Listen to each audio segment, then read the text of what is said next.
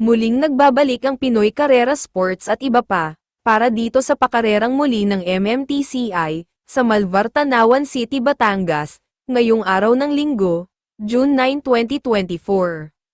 Bago po ang lahat, ay gusto lang naming i-congratulate ang mga followers, subscribers ng channel na ito, na nag-PM, at nagsabing nakatama sila ng diskarte, sa winner take all, pick 6, at iba pa.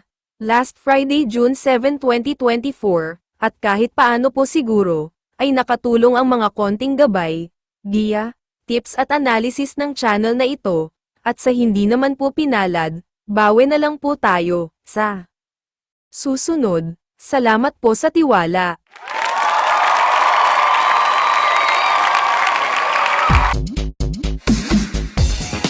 Dito na tayo sa race number 1, panimula ng winner take all, races 1 to 7, 1,400 meters ang distansya rito.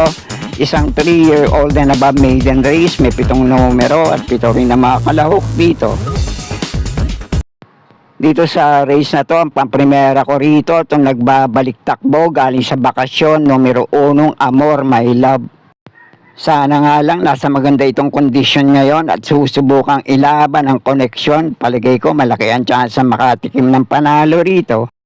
Nagbaryera naman to sa pagbabalik takbo niya, tumakbo ng solo sa milyang distansya. Pero nung huling takbo naman ito bago na bakasyon sa 1,400 meters, 1.27.8 ang prineba nito nung nasigundo to sa kakampi nitong si Mami's Love na nanalo sa naging laban nila na yon.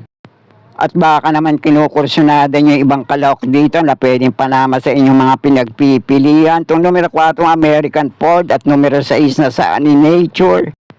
Itong numero 4 American Ford at numero 6 na Sunny Nature, may minsan laban na rin to sa parehong distansya. Nung ang nagwagisan naging laban nila ay si Birchstone, malayong nasigundo. Itong numero 4 American Ford at tinalo niya naman sa datingan. Itong numero 6 na Sunny Nature. At ito naman bagitong kabayo, baka may buti rin itong itinatago sa katawan. Numero 5, Madam Ruby. Tumakbo ito ng solo sa nobatoran niya.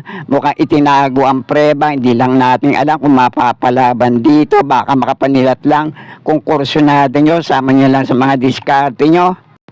Okay, kayo na pong bahala para sa mga pili, diskarte nyo dito sa panimula ng winner take all. Okay po, thank you.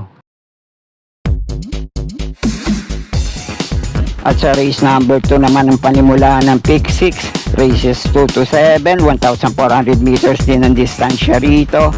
May 6 na numero at 6 din na mga kalahok dito. Dito naman sa race na to may nagbabalik takbo, numero 5 Faisa. At yung 5 kalahok naman dito may mga naitalang tiyempo, hindi nagkakalayo sa 1,400 meters na distansya. Pero ang unang pili ko ngayon dito, itong nagbabalik takbo, numero 5 Faisa. Sana nga lang nasa magandang kondisyon to ngayon dahil nabakasyon nga to. At kung susubukan lang mailaban, paligay ko malaki ang chance sa manalo rito. Panigundo ko naman itong numero 6 na Princess Belle. Isa sa may pinakamainam na tiyempong naitala sa ganitong distansya sa huli at mga dating laban nito. At kung kinukursyonada niya naman itong numero 3 na Baywatch, may mainam itong takbo sa 1,200 meters na distansya. Depende na lang sa itatakbo nitong nagbabalik takbong numero 5 Faisa at itong numero 6 na Princess Belle. Pwede rin naman itong makapanilat dito. Okay, kayo na pong bahala para sa mga diskarte nyo dito sa race na to. Okay po, thank you. At dito naman tayo sa race number 3, panimulaan naman ng pick 5, races 3 to 7, 1,400 meters ang distansya rito. May 6 ding numero, 6 din na mga kalahok dito. Dito naman sa race na to, magandang laban naman to para sa 6 na kalahok dito. Pero yung 3 kalahok dito na maiinam yung mga huling takbo at tiyempo sa ganitong distansya. Numero 5, De Bandera, Piece of Cake.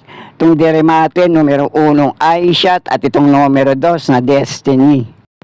Ito namang numero 6 na Moon Island, si J.A. Gusi na re-renda rito. At itong numero 3 na King Wasco, gamay din naman to ni Jackie KB Abobo. Kung babalik ang mga dating inam sa pananakbo, pwede rin makapanilat dito.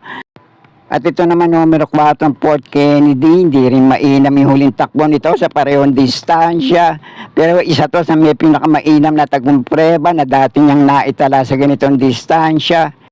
At depende na lang sa magiging takbo nito ngayon, pwede rin naman makapanilat kung gugustuhin lang.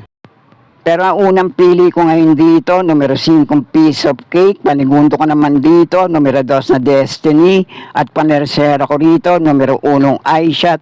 Kayo na pong bahala para sa mga iba nyo pang kinukursunadang kalahok dito. Okay po, thank you. At sa race number 4 naman, ang panimula ng pick 4, races 4 to 7, 1,400 meters din ang distansya rito. May 6 na numero at 6 din na mga kalahok dito. Dito naman sa race na to, ang pamprimera ko rito, lamang malamang basta muling mailalaban lang, numero 2 na Heavyweight. Bukod kasi sa napapalaban na to sa mas mataas na grupo, at huling takbo nito sa parehong distansya, pumeba na 1.29.6, si Jackie JT Pabilik din naman na remenda rito. Dumating ng panlima kay Antonio de la Mugis. At may mas mainam pantong takbo at tiyempo sa pareho rin naman distansya, 1.28.6. At nasigundo naman to kay Player Andre. At depende na nga lang sa kondisyon sa at itatakbo nitong numero 2 na Heavyweight, pwede pa rin yung Panama sa pagpipilian. Mauna manalo ngayon, De Bandera, numero 4 iikot lang. At itong Deremate namang kalahok dito, numero 5 Golden Buzzer. Kayo na pong bahala para sa mga diskarte nyo rito. Okay po, thank you. At sa race number 5 naman, 1,400 meters ang distansya rito na may 6 na numero at 6 din na makalahok dito.